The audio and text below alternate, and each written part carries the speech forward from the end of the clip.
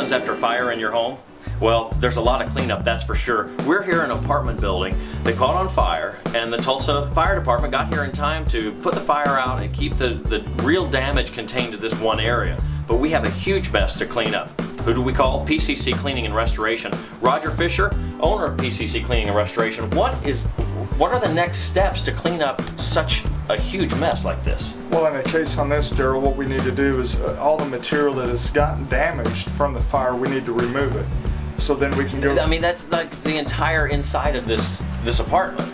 Yes, it is. And basically it's just cosmetic here, but we got to remove all the sheetrock that's blistered and get it out of the facility so we can focus on the structure of the facility and start sealing the framing. When I'm selling houses, one of the biggest concerns after a fire is that there's going to be some lingering odor. Now, you pointed up here in the attic about how you're going to clean all of this out to make sure there's no odor. Explain that process and why you want to make sure it's done right at the moment that it's restored. Okay. Well, the reason you want to do it right is first you got to get all the charred sheetrock out, and then we deal with the framing and the structure of the building. And here there's been no structural damage really. No, it's just been cosmetic damage, and it's been mostly sheetrock, and it's broke through in a few places into the attic. So what we'll do in a case on this is we'll remove all the damaged sheetrock, remove the insulation.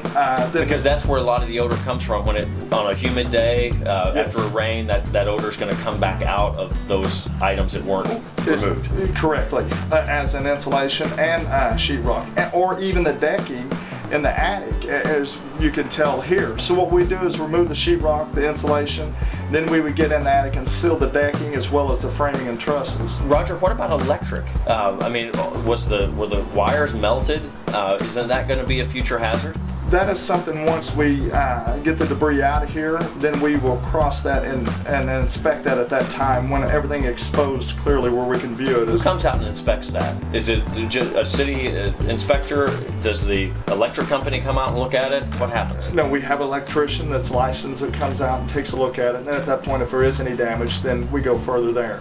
Okay, now you're working all of this out with the insurance adjuster. I found that really convenient.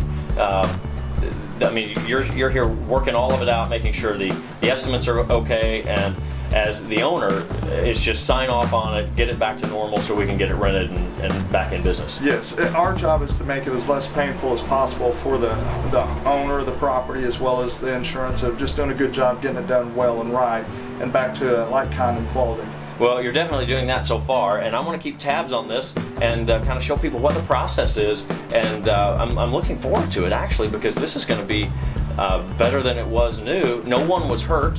Everyone got out just in time, and it started as a simple fire on a stove, just a pan melting. Yes, correct. So just a small thing that turned into a big mess. That it did. PCC Cleaning and Restoration, Roger Fisher.